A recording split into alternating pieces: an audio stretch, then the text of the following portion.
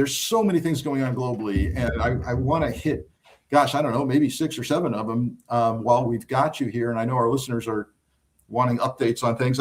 We've got in the news just today, President Trump's arrival in China. And of course, we hear that Xi did not show up at the airport to greet him. Don't know if that's if that's an indicator of how this is going to go.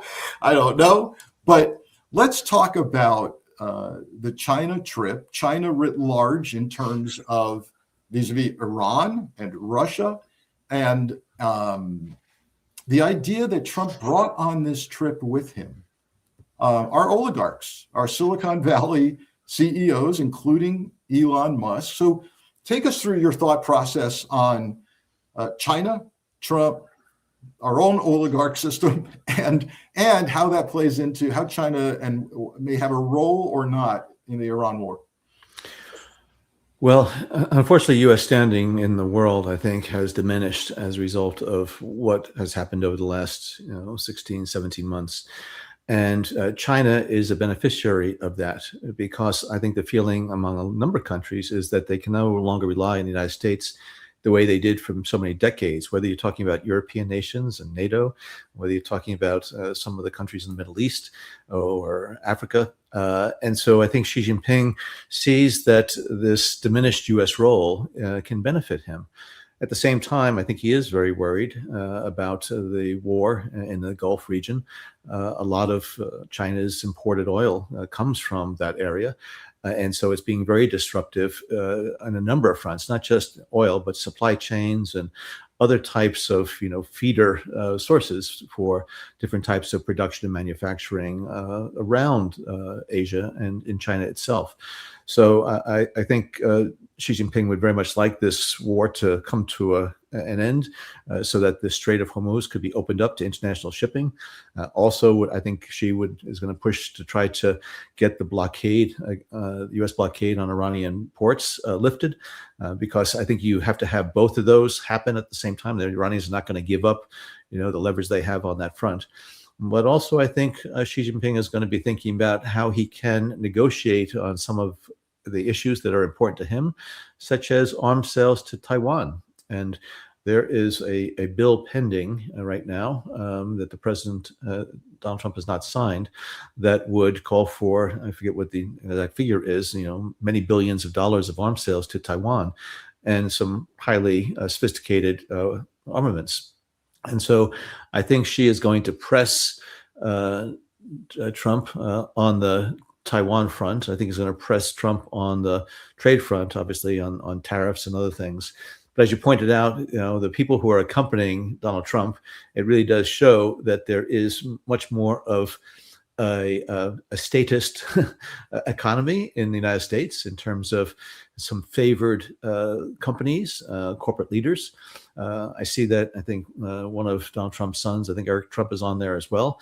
And so I think it gives every indication that the corruption that we've talked about for a number of years with Donald Trump, in terms of how he has, I think, abused the authorities, responsibilities of the presidency to just promote his friends and cronies and those who are contributing to some of his pet projects. Yeah.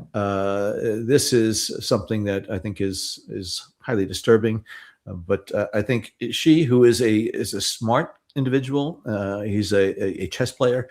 I think he's been involved in world events for many years, as president of China for 12 or 13 years. I think he knows the global geopolitical landscape far better than Donald Trump. So it will be some interesting discussions, and I just hope that Donald Trump is not going to give away the store, and I hope he's not going to step back from U.S. support for Taiwan's separateness from China. But I think we'll have to see what happens in the coming days. Yeah, it's I always try very hard to see the other side of things, and for example, the oligarchs, I'm calling them oligarchs because I think they are. But when Elon Musk and the bros are accompanying Trump on an official state visit to China, I cannot help but think about how this is so close to what we see with Russia, and looking like it's getting harder, John, to discern the difference between our government and our major tech CEOs. And now it's further confirmed by the fact that, yeah, Trump travels with them, and it's all transactional for Trump. Yeah, and unfortunately, he is benefiting financially from a lot of these arrangements, which is one of the things that I still find it hard to believe that he commands still, significant support among the MAGAverse in terms of the things that he is doing that benefit himself personally or that have no positive benefit or impact on American citizens. Right. Whether you're talking about the ballroom or you're talking about this big arch that he's going to put in place, these wild expenditures for some of his pet projects, yep. And the favors that he's doing, giving to some of these oligarchs and his cronies and buddies. And again, you look at the economic situation in the United States right now with rising inflation and gas price, whatever else, but he is a master, salesman. He will sell stuff. And he'll tell you something is blue when it really is green. And, he is masterful in that. Unfortunately, he's been able to delude and to confuse, I think, people in terms of not really understanding what the real facts are. Yeah, and sure, you're less likely to get the real facts if you watch nothing but far right media platforms, and that you'll never hear these discussions about the personal profits that are going on.